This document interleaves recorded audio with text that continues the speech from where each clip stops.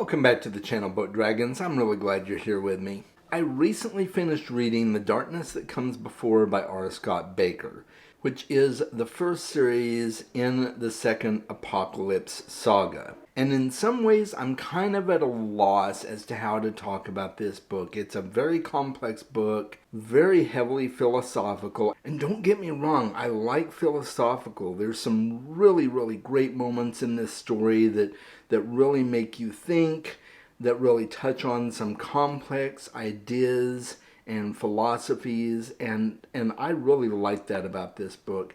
There were so many times where I'm like, wow, that's really deep.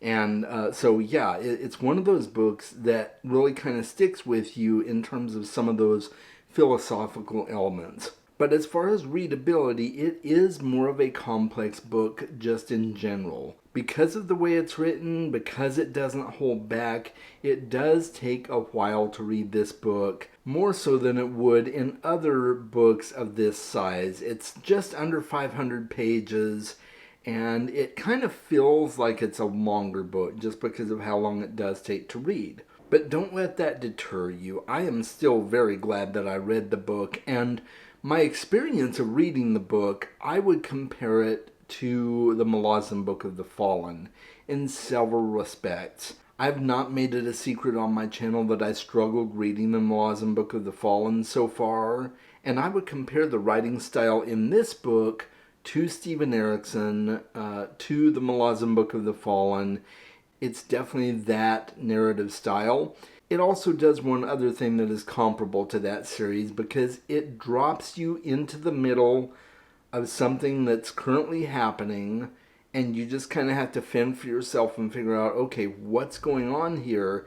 And it takes you a while to figure it out, and once you do, you're like, oh, okay, I can kind of see what's happening here. So the book is complex. Entering into it is not easy, but is it worth it? I would say you at least need to give this book a try and see if it's for you. So I'm going to tell you some of the basics about the book, what you can expect, and we'll talk about some of the characters, and then we'll talk about some of the things I liked and did not like, okay? So let me set this down here. I'm going to put on my eyes because I made some notes. This was one of those books that I just had to make some notes for, okay? So bear with me. If you like notes from Chaz, you know that you're in the right place because there'll be some notes on this book.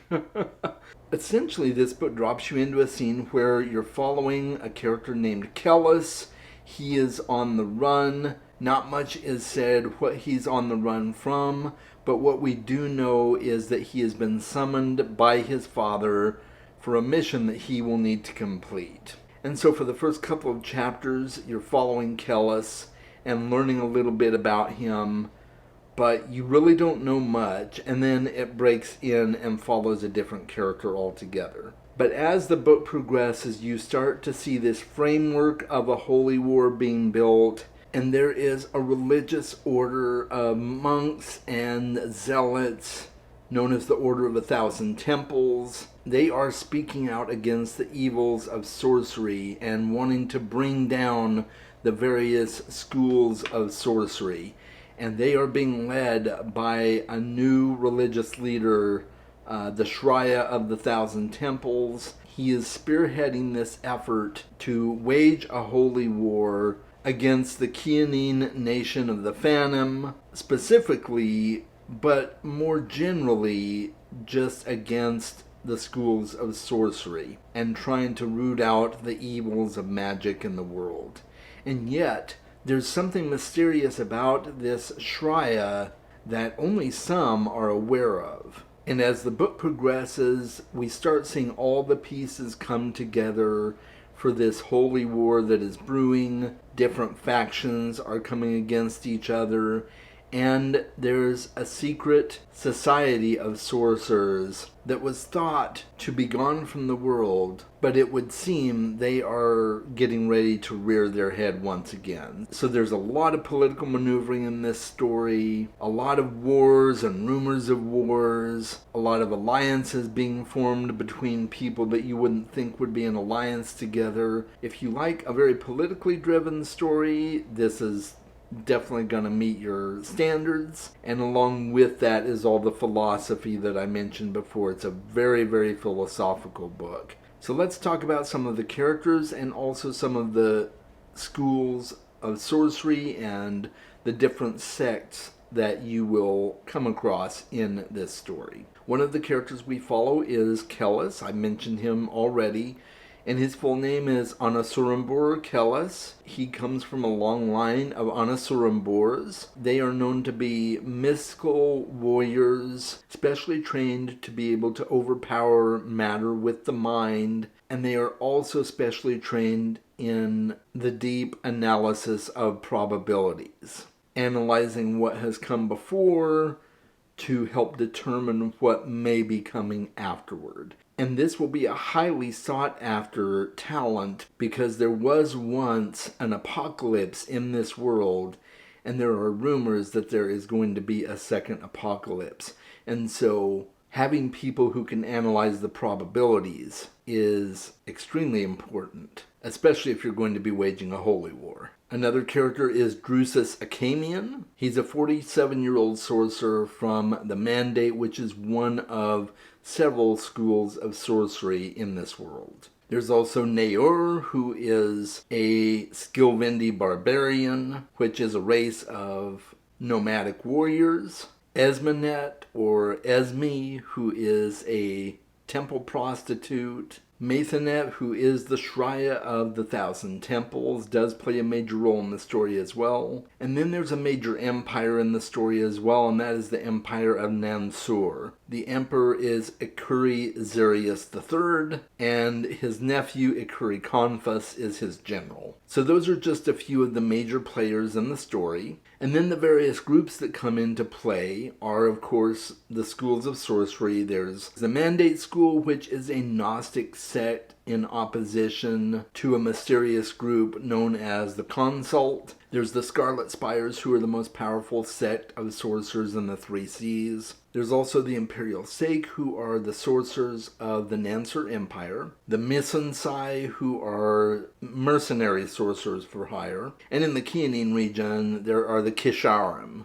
who are the group of sorcerers that the Holy War is most intended to wipe out. And then, of course, there's the Order of the Thousand Temples, which is the ecclesiastical order led by the Shrya and his Shrial Knights. And then there's one other group that is just hinted at in this book, just barely, and that is the Consult. Not much is known about them. There are instances in the book where we see people that we think belong to the Consult, but it's super mysterious. They're very strange. They have shape-shifting powers. Their bodily fluids run black. And most people of the nations think that the Consult is a myth, that they don't exist. But the Mandate School of Sorcery, Drusus Acamian in particular, believes otherwise and is trying to communicate to the Empire and to the different people that are engaging in this holy war the very real threat of the Consult. So there's all of these balls up in the air, and I'm going to start with the cons on this review, because even though I did like the book, there were some things that really bothered me. Mainly the fact that it burned so slowly. There were times I was like, oh man, when is this going to be over? Even though, like, I eventually got to a point in the book where I was like, okay, this is really starting to pick up, and some of it's starting to make sense, but not totally. And it's one of those books that I don't think is necessarily going to make a lot of sense until you've read further into the series, and you start remembering back and seeing things that were happening before, and it's like, okay, now I see some of this coming to fruition. There's a lot of foreshadowing, I think, that is there,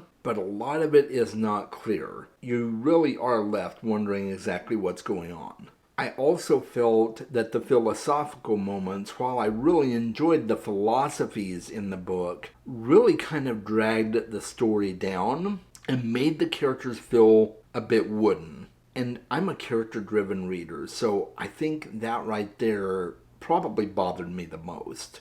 even though I enjoyed the characters and I really want to see where their stories go, it left me wanting in terms of character development as a result of how heavy the book focused on the philosophy part of it and also the plot. It was very plot driven, even though the plot really dragged for a good chunk of the book. So those are some of the things I didn't like. Now let's talk about what I did like. I really did like how the story started tying together some of the loose ends and drawing some of the characters together. I especially was very, very interested in Anasarimbor Kellis, and I want to see what happens with him more. There's so much mystery around his character that kind of leaves you salivating. I'm like, okay, I need to see where this character is going, because I think he plays a much bigger role in this story than the people around him realize, and I think he's lying about a lot of things, or he's holding back a lot of things. I'm very interested to see where his character goes. I really like the world that is being built. I'm very curious to hear more about the different schools of sorcery and how they all fit together. Some of the interactions between the different schools is pretty interesting, because there's obviously a lot of tension there between the different schools, specifically between the Mandate and the Scarlet Spires. So yeah, there's some definite tension there, so I really want to see where that goes. The writing is very good. Even though it's a struggle to read, the writing really was very good. So this story, I think, as it progresses, has a lot of potential. But I don't know exactly when I'll get back to it. I do want to continue in the series, but it's not going to be anytime soon, because it's one of those books that just takes a lot of effort to read, a lot of mental power to read, and I just felt like I almost didn't have enough time in the month to really expend that mental effort. So as far as my ranking goes, I would rank this in my shiny tier. It wasn't amazing, but it definitely has a lot of potential, and I would definitely recommend that if you like grimdark fiction, if you like complex books, if you like deeply philosophical books, and you don't mind characters that aren't super well developed yet, I think this would definitely be a book that I would recommend for you to try. But just know that you are going to have to really sit down and concentrate. It's just one of those that you have to be willing to sit and sweat it out. I know my review was kind of all over the place. I appreciate you guys sticking with me through this. Let me know in the comments below if you read the book. What did you think of it? Or have you been really on the fence with it? Maybe you just weren't sure. Or if you decided you just don't want to read it, let me know that too. I would love to know that. Tell me in the comments below. Don't forget, my live stream celebrating 1,000 subscribers is tomorrow, Saturday the 7th at 1 p.m. So, if you have not watched my 1,000 subscriber announcement video where I talk about the Q&A and the giveaway, you need to go watch that video, comment if you have a question you want to ask me, and make sure and let me know if you want to participate in the giveaway. Today is the last day to do that, okay? Because tomorrow's the live stream. So go and watch that now. Make that the next video you watch so that you can get in on that. And I think that's it, guys. Make sure you are reading more books. I'll talk with you soon.